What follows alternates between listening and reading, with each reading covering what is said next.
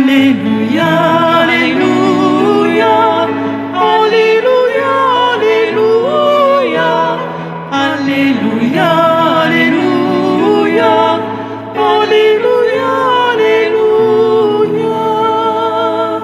Le Seigneur soit avec vous. Évangile de Jésus-Christ selon Saint Luc.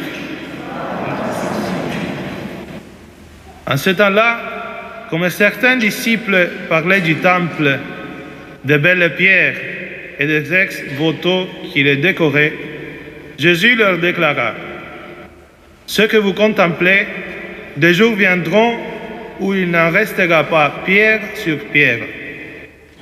Tout sera détruit. Ils lui demandèrent: Maître, quand cela arrivera-t-il? Et quel sera le signe que cela est sur le point d'arriver?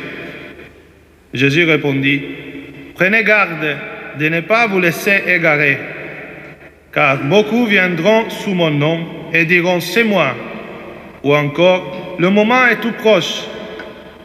Ne marchez pas derrière eux. Quand vous entendrez parler de guerre et de désordre, ne soyez pas terrifiés. Il faut que cela arrive d'abord, mais ce ne sera pas aussitôt la fin. Alors Jésus ajouta: on se dressera nation contre nation, royaume contre royaume. Il y aura de grands tremblements de terre, et en divers lieux des famines et des épidémies. Des phénomènes effrayants surviendront, et de grands signes venus du ciel. Mais avant tout cela, on portera la main sur vous et l'on vous persécutera. On vous livrera aux synagogues et aux prisons, et on vous fera comparaître devant des rois et des gouverneurs à cause de mon nom. Cela vous amènera à rendre témoignage. Mettez-vous donc dans l'esprit que vous n'avez pas à vous préoccuper de votre défense. C'est moi qui vous donnerai un langage et une sagesse à laquelle tous vos adversaires ne pourront ni résister ni s'opposer. Vous serez livrés même par vos parents, vos frères, votre famille et vos amis, et ils feront mettre à mort certains d'entre vous. Vous serez détestés de tous à cause de mon nom, mais pas un cheveu de votre tête ne sera perdu. C'est par votre persévérance que vous garderez votre vie. Acclamons la parole de Dieu.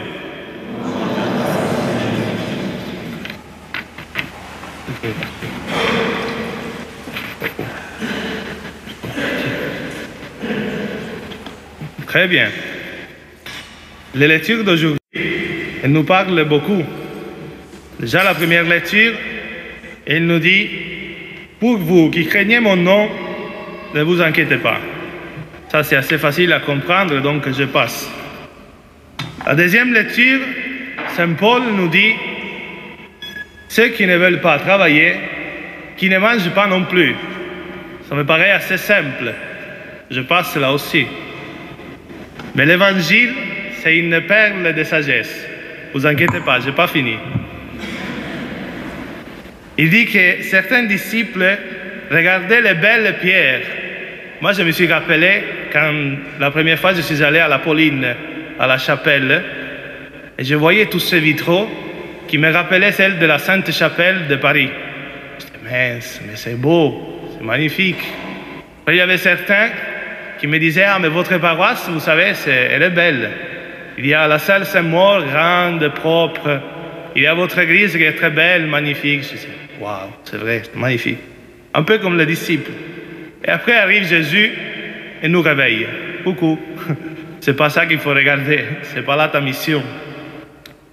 Ce que vous contemplez, il ne restera pas pierre sur pierre.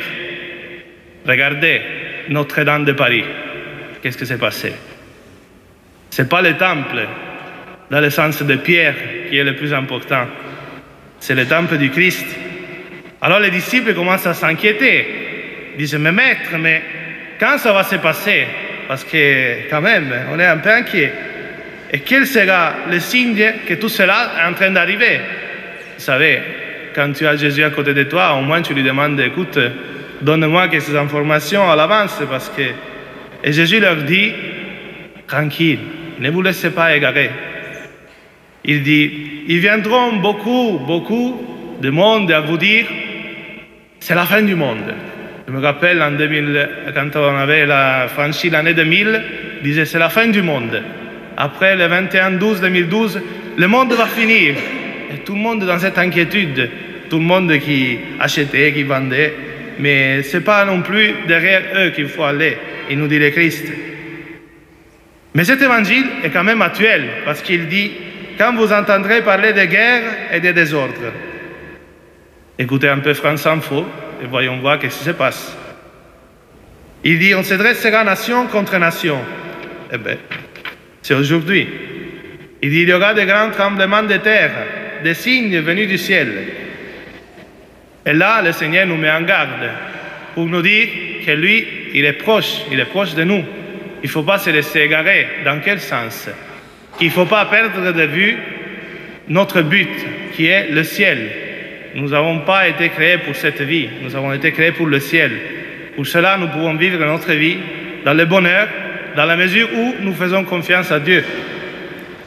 Et il dit, cela vous amènera à rendre témoignage. Alors là, c'est magnifique.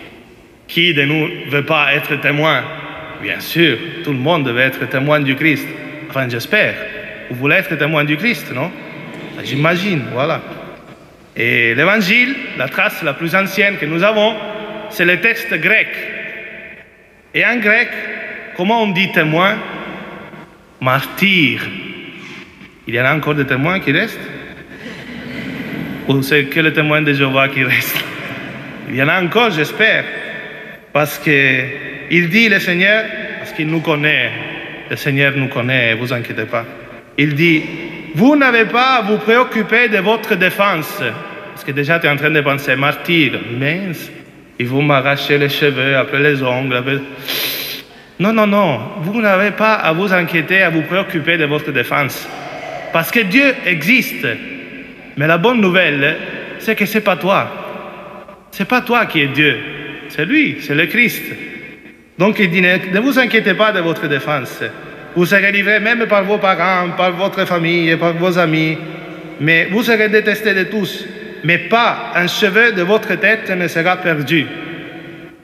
Nous avons le choix aujourd'hui, soit croire à cette bonne nouvelle, à cette venue du Christ qui vient aujourd'hui, avant de la dernière venue, et qui nous dit, fais-moi confiance, je t'aime, j'ai donné ma vie pour toi.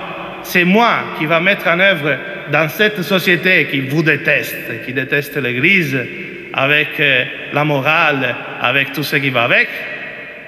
C'est moi qui ferai l'histoire, c'est moi qui te conduira. Ne t'inquiète pas, fais-moi confiance. Ça, c'est la bonne nouvelle qui nous arrive aujourd'hui. Je vous propose de lui faire confiance pour que nous puissions être de vrais témoins à son image. Amen.